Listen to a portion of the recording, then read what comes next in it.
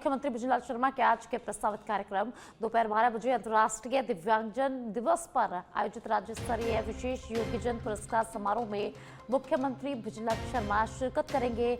भगवत सिंह मेहता सभागार लोक प्रशासन संस्था जयपुर में इस कार्यक्रम का आयोजन होगा, जहां मुख्यमंत्री भुजनलाल शर्मा शामिल होंगे। दोपहर 3 बजे मुख्यमंत्री कार्यालय में आयोजित कैबिनेट की बैठक में मुख्यमंत्री भुजनलाल शर्मा भाग लेंगे और उसके बाद शाम को 4 बजे मंत्रिपरिषद की बैठक होगी, जिसमें मुख्यमंत्री भुजनलाल शर्मा भाग लेंगे। मुख्यमंत्री कार्यालय में ये बैठक होगी। तो मुख्यमंत्री भुजनलाल शर्मा के आज के प्रस्तावित कार्यक्रम अंतर्राष्ट्रीय दिव्यांगजन दिवस के मौके पर राज्य स्तरीय कार्यक्रम में मुख्यमंत्री भुजनलाल शर्मा शामिल होंगे और उसके बाद शाम 3 बजे भुजनलाल सरकार कैबिनेट की बैठक होगी। मुख्यमंत्री भुजनलाल शर्मा इस बैठक में शामिल होंगे और उसके बाद शाम को 4 बजे मंत्रिपरिषद की बैठक होगी, जहां मुख्यमंत्री भुजनलाल शर्मा बैठक में शामिल होंगे। आपको बता दें कि दोनों ही बैठकें मुख्यमंत्री कार्यालय में होगी। तो दोपहर 3 बजे काफ़ी अहम बैठक होने वाली है कैबिनेट की, तो कई मुद्दों पर यहाँ चर्चा की जाएगी और उसके बाद ठीक 1 घंटे बाद 4 बजे मंत्रिपरिषद की बैठक होगी, जहां मुख्यमंत्री भुजनलाल शर्मा शामिल होंगे।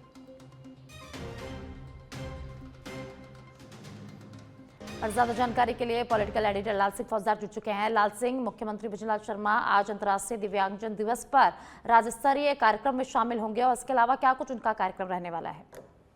देखिए बाकी मुख्यमंत्री भुजनलाल शर्मा आज 12 बजे से 1 बजे तक अंतर्राष्ट्रीय दिव्यांगजन दिवस पर आयोजित राज्य स्तरीय विशेष योगजन पुरस्कार समारोह 2025 में शिरकत करेंगे और इस कार्यक्रम में जो तमाम योगजन है उनके लिए पुरस्कार वितरण का कार्यक्रम रहेगा।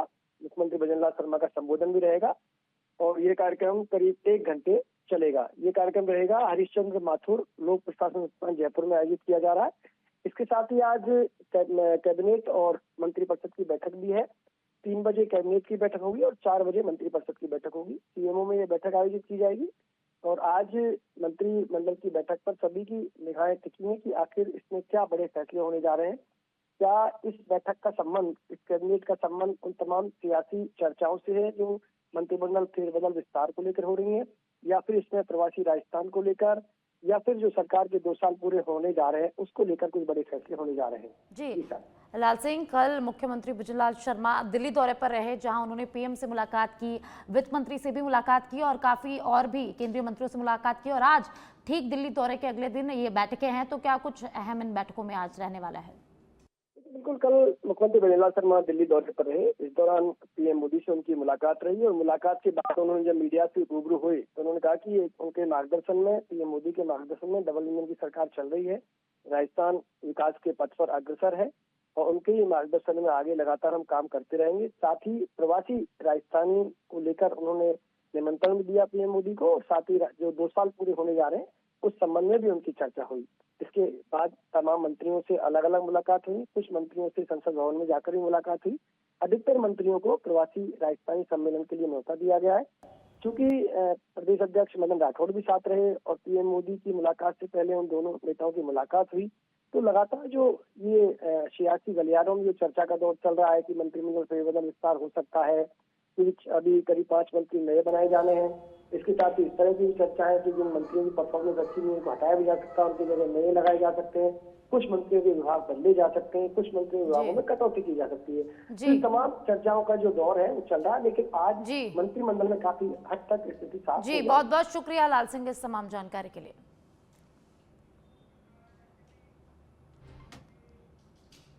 देश के पहले राष्ट्रपति डॉक्टर राजेंद्र प्रसाद की आज जयंती है। प्रधानमंत्री नरेंद्र मोदी ने राजेंद्र प्रसाद की जयंती पर श्रद्धांजलि अर्पित की है। उन्होंने सोशल मीडिया अकाउंट पर पोस्ट कर लिखा कि उन्होंने लगन और साफ इरादे से देश की सेवा की है। उनका जीवन देश की एकता के प्रति समर्पण से भरा रहा। उनकी बेहतरीन सेवा और सोच पीढ़ियों को प्रेरणा देगी। तो आज देश के पहले राष्ट्रपति डॉक्टर राजेंद्र प्रसाद की जयंती है और इस अवसर पर प्रधानमंत्री नरेंद्र मोदी ने डॉक्टर राजेंद्र प्रसाद को उनकी जयंती पर श्रद्धांजलि दी है। प्रधानमंत्री नरेंद्र मोदी ने अपने सोशल मीडिया अकाउंट पर डॉक्टर राजेंद्र प्रसाद की फोटो के साथ उन्हें श्रद्धांजलि दी। उन्होंने लिखा कि उन्होंने लगन और साफ इरादे से देश की सेवा की है और उनकी बेहतरीन सेवा और सोच पीढ़ियों को प्रेरणा देगी। अब सेवा तीर्थ के नाम से जाना जाएगा। पीएमओ परिसर राजभवनों का नाम भी बदलकर लोक भवन किया गया है। केंद्रीय सचिवालय का भी नाम बदला गया है और कर्तव्य भवन यहां पर किया गया है। केंद्रीय गृह मंत्रालय की तरफ से ये निर्देश जारी हुए हैं। तो अब प्रधानमंत्री नरेंद्र मोदी के ऑफिस का नाम बदल गया है। अब पीएमओ की जगह नाम बदला गया है। इसके साथ ही सचिवालय का भी नाम बदला गया है। कर्तव्य भवन यहां पर सचिवालय का नाम लिखा गया है। केंद्रीय गृह मंत्रालय की तरफ से आदेश जारी हुए हैं और अब पीएमओ का नाम बदल गया है। पीएमओ परिसर को अब सेवा तीर्थ के नाम से जाना जाएगा, यानी कि पीएम मोदी के ऑफिस को अब सेवा तीर्थ के नाम से जाना जाएगा। राजभवनों का नाम भी बदला गया है और राजभवनों का नाम बदलकर लोक भवन यहां पर किया गया है। सचिवालय का नाम बदला गया है। सचिवालय का नाम अब कर्तव्य भवन होगा। कर्तव्य भवन के नाम से केंद्रीय सचिवालय अब जाना जाएगा। केंद्रीय गृह मंत्रालय की तरफ से ये सभी निर्देश जारी हुए।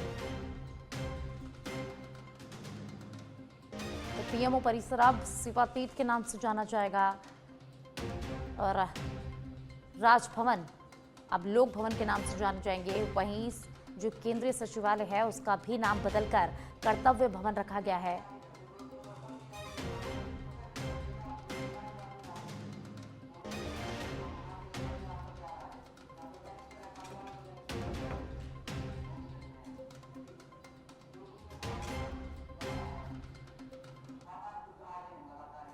संसद के शीतकालीन सत्र का आज तीसरा दिन है और तीसरे दिन भी संसद में हंगामे के आसार है। कई मुद्दों को लेकर यहां चर्चा हो सकती है। तो आज संसद के शीतकालीन सत्र का तीसरा दिन है और सुबह 11 बजे दोनों सदनों की कार्यवाही शुरू होगी। तीसरे दिन भी संसद में हंगामे के आसार है। आपको बता दें कि संसद के शीतकालीन सत्र की शुरुआत 1 दिसंबर से हुई और ये 19 दिसंबर तक सत्र चलने वाला है और कई मुद्दों को लेकर विपक्ष यहां पर सरकार को घेरेगा। आज संसद के शीतकालीन सत्र का तीसरा दिन है और आज भी सदन में हंगामे के आसार है। कई मुद्दों को लेकर आज सदन में चर्चा हो सकती है। तो संसद के शीतकालीन सत्र का तीसरा दिन है। सुबह 11 बजे दोनों सदनों की कार्यवाही शुरू होगी।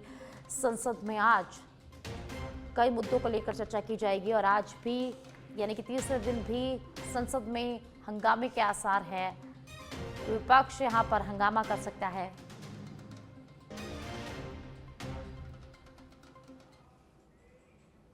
और अब जयपुर से खबर है, जहां चतुर्थ श्रेणी भर्ती परीक्षा को लेकर कर्मचारी चयन बोर्ड से खबर है, जहां भर्ती परीक्षा में प्रश्नों पर आपत्ति करा सकेंगे दर्ज। 6 से 8 दिसंबर तक अभ्यर्थी ऑनलाइन माध्यम से आपत्ति दर्ज करा सकेंगे। 53,749 पदों पर चतुर्थ श्रेणी कर्मचारी भर्ती परीक्षा आयोजित हुई। तो जयपुर से खबर है, जयपुर के चयन बोर्ड से खबर है, जहां चतुर्थ श्रेणी भर्ती को लेकर कर्मचारी चयन बोर्ड से बड़ी खबर है। भर्ती परीक्षा में प्रश्नों पर अब आपत्ति करा सकेंगे 6 से के कर्मचारी चयन बोर्ड से बड़ी खबर है, जहां चतुर्थ श्रेणी भर्ती परीक्षा को लेकर प्रश्नों पर अब जो अभ्यर्थी है वो आपत्ति करा सकेंगे। 6 से 8 दिसंबर तक ऑनलाइन माध्यम से अभ्यर्थी आपत्ति दर्ज करा सकेंगे। और अब जयपुर से खबर है, जहां पीएमयू की कार्य योजना की समीक्षा बैठक आयोजित हुई। शासन सचिव कृष्ण कुणाल ने आवश्यक दिशा निर्देश भी यहां पर दिए हैं। FLN और निपुण राजस्थान अभियान की प्रगति पर चर्चा हुई। शिक्षक ऐप व मॉनिटरिंग सिस्टम की समीक्षा भी यहां पर की गई। विद्यालय स्तर पर सुविधाओं के सुदृढ़ीकरण पर भी यहां पर जोर दिया गया। इस बैठक में जोर दिया गया। निपुण मेला और कलेक्टर वर्कशॉप पर भी इस बैठक में विस्तृत चर्चा की गई। टीचर FLN ट्रेनिंग और ऑनलाइन कोर्स पर भी विचार किया गया। अगले सत्र 2026-27 को समय पर शुरू करने के निर्देश इस बैठक में दिए गए। RPD अनुपमा जोरवाल ने समन्वय और प्रभावी प्लानिंग पर यहां पर बैठक में बल दिया। बैठक में यूनिसेफ, VSK, RSCERT और PMU अधिकारी उपस्थित रहे। कोटा के रामगंज मंडी में NH-52 पर राष्ट्रीय राजमार्ग प्राधिकरण की लापरवाही एक बार फिर सामने आई है। हाईवे पर खुले विचरण करते मवेशियों का दौर, रात बड़ा हादसा हो गया। हादसे में अज्ञात वाहन ने भैंसों के झुंड को जोरदार टक्कर मार दी। टक्कर के दौरान 5 भैंसों की मौके पर ही मौत हो गई, जबकि एक भैंस गंभीर अवस्था में मिली। सूचना मिलते ही डॉक्टर को अवगत कराया गया। उनके निर्देश पर पशुधन निरीक्षक तुरंत मौके पर पहुंचे। उन्होंने ग्रामीणों के साथ घटनास्थल का निरीक्षण कर भैंसों के मृत होने की पुष्टि की और हादसे के कारणों का जायजा लिया। ग्रामीणों का कहना है कि NH-52 पर अधिकारियों की अनदेखी के कारण आए दिन ऐसे हादसे होते रहते हैं।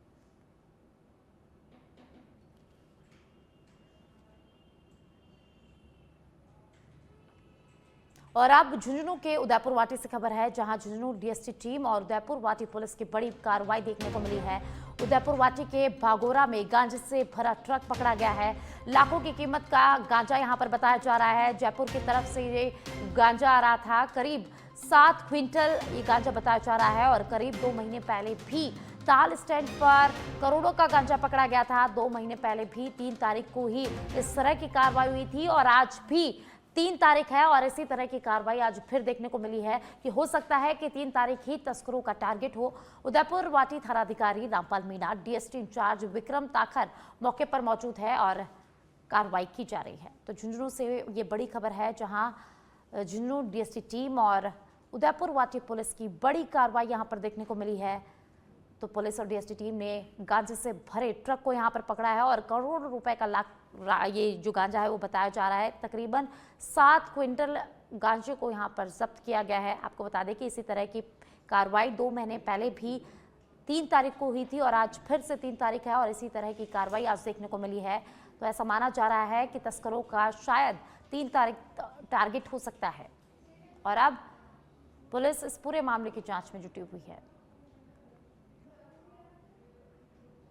और अब डीग से खबर है, जहां पत्नी को लेने गए युवक की मौत हो गई। मृतक पक्ष हत्या की आशंका यहां पर जता रहा है। राहिल पुत्र जाकर निवासी सहसन अपनी पत्नी रुक्मीना को लेने उसके गांव गया था। जहरीला पदार्थ खाने की यहां पर आशंका जताई जा रही है। निजी स्वास्थ्य केंद्र पहाड़ी में भर्ती कराया गया। अलवर ले जाते समय रास्ते में ही युवक की मौत हो गई। आपको बता दें कि मृतक राहिल की 2 बच्चियां हैं, वो 2 बच्चों का पिता है। घर की कहासुनी को लेकर पत्नी रुक्मीना अपने मायके आ गई थी और उसी को लेने पति उसके गांव गया था और उस दौरान युवक की मौत हो गई है। पहाड़ी थाना इलाके का ये पूरा मामला है। तो डीग के पहाड़ी थाना इलाके का पूरा मामला है, जहां अपनी पत्नी को उसके गांव लेने गया युवक की मौत हो गई है। जहरीला पदार्थ खाने से मौत का कारण बताया जा रहा है। वहीं जो युवक के परिजन है वे हत्या की आशंका जता रहे हैं। तो पुलिस मौके पर पहुंच चुकी है। पुलिस ने इस पूरे मामले की जांच शुरू कर दी है। पति और पत्नी में बहुत प्रेम था, तो लड़का आज सुबह अपनी पत्नी को लेने के लिए हुजरा अपने ससुराल पहुंचता है और उसके बाद हमारे पास या परिवार के पास कोई खबर नहीं रहती है। तो अचानक वहां से किसी परवेज नाम का उसका कोई भतीजा है, उसका हॉस्पिटल सन सिटी हॉस्पिटल के माध्यम से कहीं गांव के लोगों को सूचना दी है कि आपका लड़का उस हॉस्पिटल में है। उसके बाद में वहां जाने की एक दूसरे से जैसे फ़ोन किया कि भाई आप वहां जाओ। तो जैसे गांव वालों के पास में भी गए, एक गाड़ी हमारे उसके घर पहुंची तो उन्होंने कहा कि उस लड़के को हॉस्पिटल ले गए अलवर। तो अलवर भी नहीं पहुंच पाए। अलवर सारी हॉस्पिटलों में देखा तो यहाँ पर आकर जब पहाड़ी आए, पहाड़ी थाने में आए, पहाड़ी थाने में हमने एप्लीकेशन दिया। मैंने खुद ने थानेदार जी को कॉल किया कि साहब इस तरीके से वो लड़का गायब है, कोई पता नहीं है। तो हम थानेदार जी ने कहा कि आप एक बार हॉस्पिटल जाइए। तो हम हॉस्पिटल आए तो यहाँ पे हमें उसकी राहिल की डेड बॉडी मिली। बारां जिले में अंता में बूंद बूंद पानी बचाओ अभियान की किस तरह से धज्जियां उड़ रही है, इसका जीता जागता उदाहरण नागदा बदेपुरा पेयजल योजना की टूटी हुई पाइपलाइन से लगाया जा सकता है। बता दें कि पाइपलाइन से गत 2 महीने से भी अधिक समय से रात 3,000 लीटर पानी व्यर्थ बह रहा है। इसकी शिकायत कई बार अधिकारियों को की जा चुकी है, लेकिन अधिकारियों ने कोई यहां पर ध्यान नहीं दिया है। दूसरी ओर इस पेयजल योजना से अंता सहित लगभग 54 गांव जुड़े हैं और 54 गांवों को इसका लाभ मिलता है। तो बारां से खबर है, जहां से यहाँ पे 2 बक्के पूर रहे हैं पर प्रशासन कोई इसके ऊपर कोई कार्रवाई नहीं कर रहा, जबकि उनको 10-10 बार अवगत करवा दिया है। इस लाइन से करीब 4 दर्जन से अधिक गांव जुड़े हुए हैं जो पानी के अभाव में उनको कमी हो रही है। और एक तरफ तो सरकार का मिशन चल रहा है बूंद बूंद पानी बचाओ, एक तरफ प्रशासन कोई ध्यान ही नहीं दे रहा है, बार बार अवगत करा रहे हैं फिर भी कोई ध्यान नहीं दे रहा। शिकायत भी कर दी है तो कोई है ध्यान ही नहीं देते, कर्मचारी आते तो देख के चले जाते हैं के हो तो हो, जो वो थोड़ा देख के चला जाता है, कर देंगे सही है, कर देंगे सही, गर्मी में पाइपलाइन बदलेंगे, फलाना करेंगे। मौसम विभाग ने अगले 48 घंटे शीतलहर चलने का अलर्ट जारी किया है। बीती रात ठंडी हवाएं भी चली, सुबह शाम तेज सर्दी से धूजनी छूटने लगी। आज सुबह न्यूनतम तापमान 3 डिग्री यहां पर दर्ज किया गया है। मावठ होने की वजह से सरसों और गेहूं की फसल में फायदा होने की उम्मीद है। फतेहपुर इलाके में आज प्रदेश का सबसे कम न्यूनतम तापमान दर्ज किया गया। अधिकतम तापमान पिछले एक सप्ताह से लगभग 26 डिग्री के आसपास बना रहा। मौसम विभाग ने सीकर जिले के लिए 4 दिसंबर तक कोल्ड वेव चलने का अलर्ट जारी किया है। यहां पर मंगलवार को न्यूनतम तापमान 5.6 डिग्री सेल्सियस और अधिकतम तापमान 26 डिग्री सेल्सियस दर्ज किया गया था।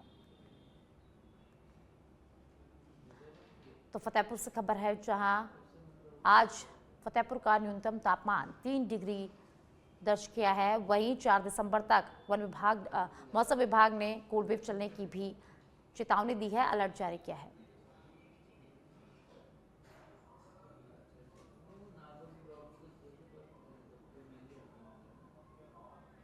नेशनल हाईवे 21 पर सीकरी मोड़ स्थित देवासी होटल के सामने बीती रात बड़ा हादसा यहां पर टल गया।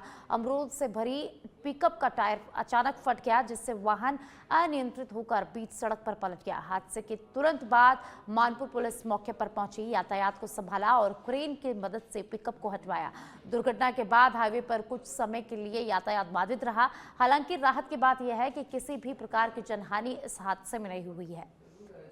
सीकरी से खबर है, जहां बड़ा हादसा यहां पर टल गया। अमरूदों से भरा ट्रक अचानक अनियंत्रित होकर बीच सड़क पर पलट गया। हालांकि यहां पर कोई जनहानि नहीं हुई और जैसे ही पुलिस को इसकी सूचना मिली, पुलिस मौके पर पहुंची। पुलिस ने पिकअप को साइड में हटवाया और यातायात को सुचारू किया।